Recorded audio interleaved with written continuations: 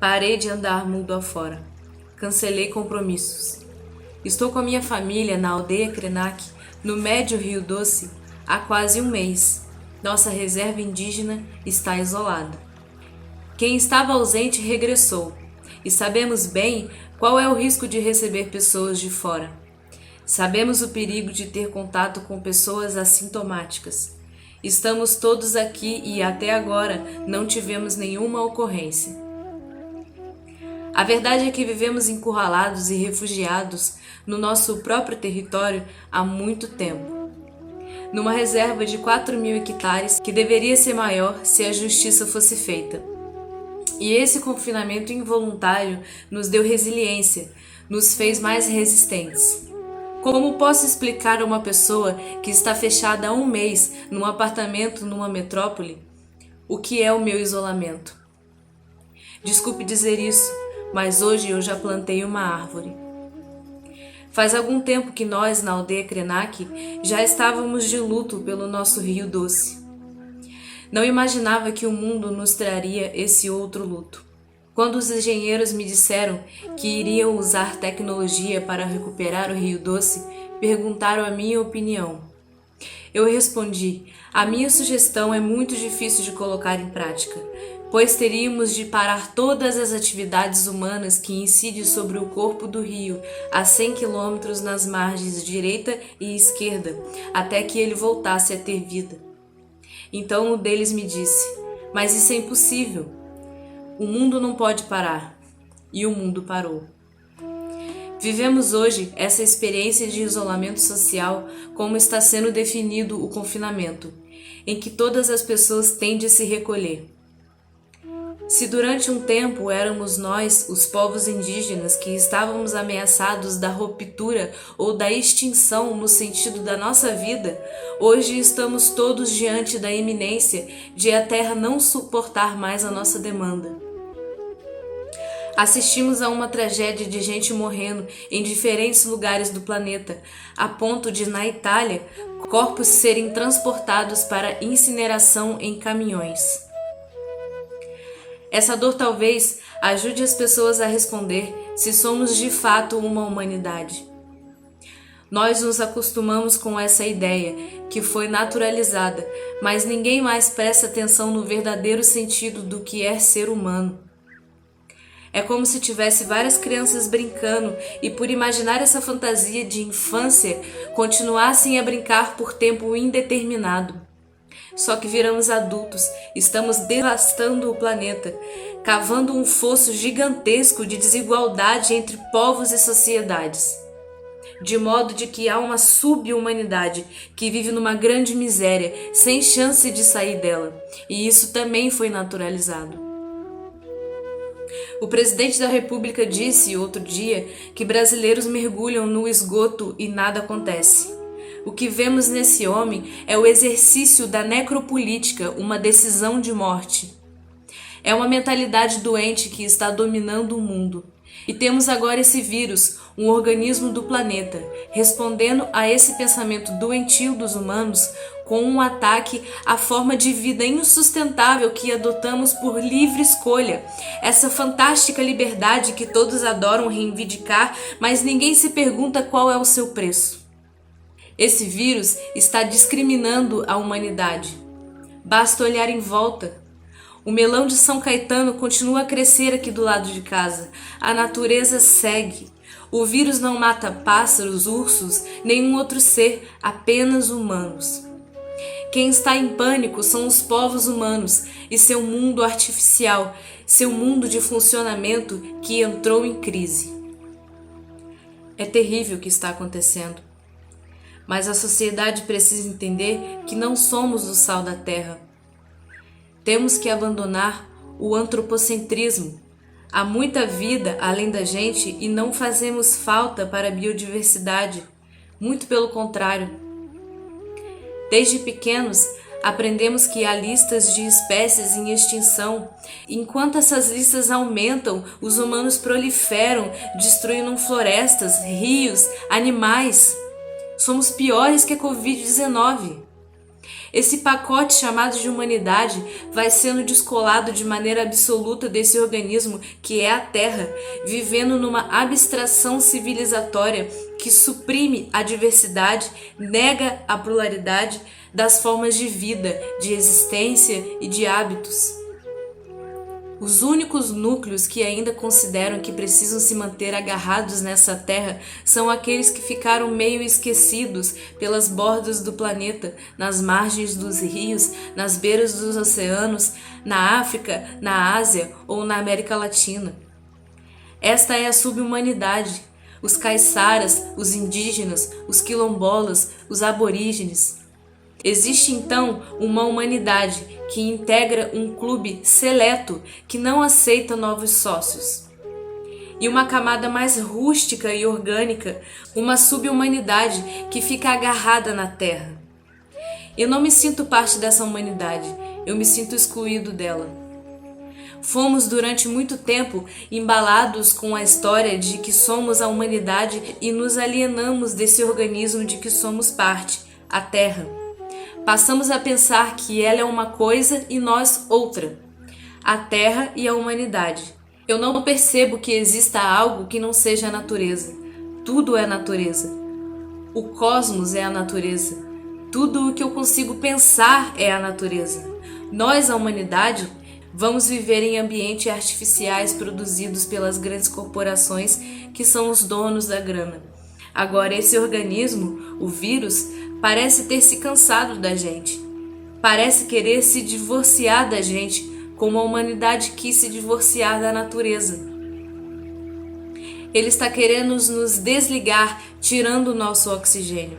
Quando a Covid-19 ataca os pulmões, o doente precisa de um respirador, um aparelho para alimentação de oxigênio, senão ele morre. Quantas máquinas dessas vamos ter que fazer para 7 bilhões de pessoas no planeta?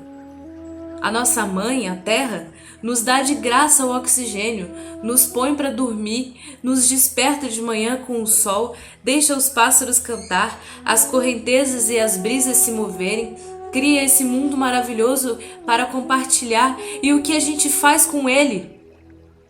O que estamos vivendo pode ser a obra de uma mãe amorosa que decidiu fazer o filho calar a boca, pelo menos um instante. Não porque não goste dele, mas por querer lhe ensinar alguma coisa. Filho, silêncio. A Terra está falando isso para a humanidade, e ela é tão maravilhosa que não dá uma ordem, ela simplesmente está pedindo silêncio. E esse também é o significado do recolhimento. Quem dera se eu pudesse fazer uma mágica para nos tirar desse confinamento, que pudesse fazer todos sentirem a chuva cair. É hora de contar histórias às nossas crianças, de explicar a elas que não devem ter medo. Não sou um pregador do apocalipse, o que eu tento é compartilhar a mensagem de um outro mundo possível. Para combater esse vírus, temos que ter primeiro cuidado e depois coragem. Vemos algumas pessoas defenderem a manutenção da atividade econômica, dizendo que alguns vão morrer e é inevitável. Esse tipo de abordagem afeta as pessoas que amam os idosos, que são avós, pais, filhos, irmãos, e é uma declaração insensata. Não tem sentido alguém em sã consciência que faça uma comunicação pública dizendo que alguns vão morrer. É uma banalização da vida, mas também é uma banalização do poder da palavra. Pois alguém que fala isso está pronunciando uma condenação, tanto de alguém em idade avançada, como de seus filhos, netos e de todas as pessoas que têm afeto uns com os outros. Imagine se eu vou ficar em paz pensando que minha mãe ou meu pai podem ser descartados. Eles são o sentido de eu estar vivo, e se eles podem ser descartados, eu também posso. Governos burros acham que a economia não pode parar, mas a economia é uma atividade que os homens inventaram e que depende de nós. Se os humanos estão em risco, qualquer atividade humana deixa de ser importante. Dizer que a economia é mais importante é como dizer que o navio importa mais que a tripulação, coisa de quem acha que a vida é baseada em meritocracia e luta por poder. Não podemos pagar o preço que estamos pagando e seguir insistindo nos erros. Michel Foucault tem uma obra fantástica, Vigiar e Punir, na qual afirma que a sociedade de mercado em que vivemos só considera o ser humano útil quando está produzindo. Com o avanço do capitalismo, foram criados instrumentos de deixar viver e de fazer morrer. Quando o indivíduo para de produzir, passa a ser uma despesa. Ou você produz as condições para se manter vivo, ou produz condições para morrer. O que conhecemos como previdência, que existe em todos os países com economia de mercado, tem um custo. Os governos estão achando que se morressem todas as pessoas que representam gastos, seria ótimo. Isso significa dizer, pode deixar morrer os que integram os grupos de risco. Não é ato falho de quem fala. A pessoa não é doida, ela é lúcida, ela sabe o que ela está falando. Desde muito tempo, a minha comunhão com tudo o que chamamos de natureza é uma experiência que não vejo ser valorizada por muita gente que vive na cidade. Já vi pessoas ridicularizando. Ele conversa com a árvore, abraça a árvore, conversa com o rio, contempla a montanha, como se isso fosse uma espécie de alienação. Essa é a minha experiência de vida, e se isso é alienação, sim, eu sou alienado. Há muito tempo não programo atividades para depois. Temos que parar de ser convencidos. Não sabemos se estaremos vivos amanhã. Temos que parar de vender o amanhã. Essa é uma parada para valer. O ritmo de hoje não é o ritmo da semana passada e nem o do ano novo, do verão, de janeiro ou de fevereiro. O mundo agora está numa suspensão.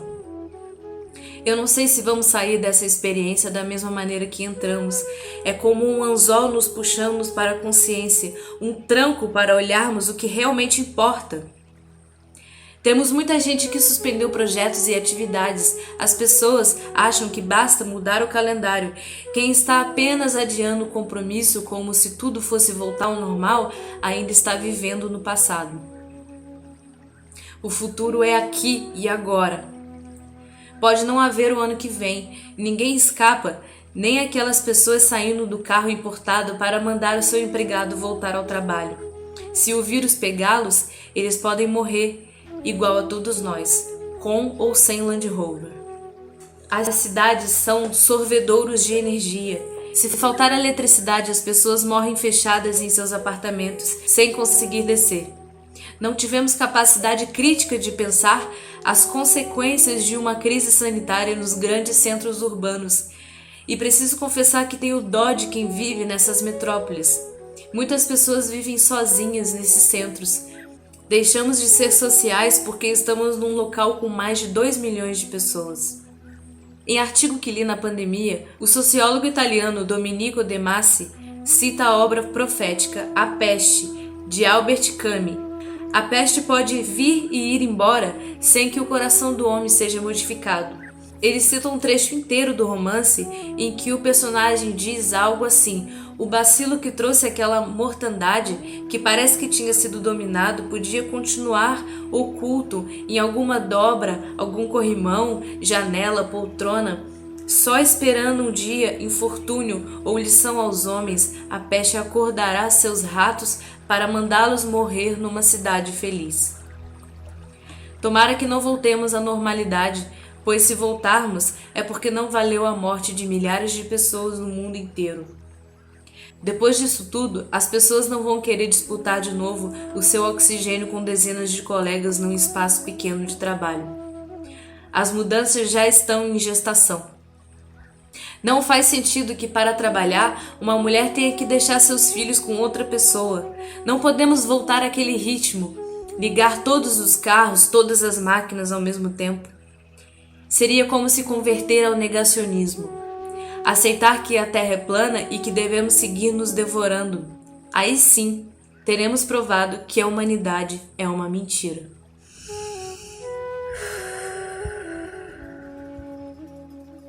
Texto de Ailton Krenak, do livro O Amanhã Não Está à Venda. Eu espero que vocês tenham gostado dessa leitura. Deixe seu like, se inscreve no nosso canal e até a próxima. Valeu!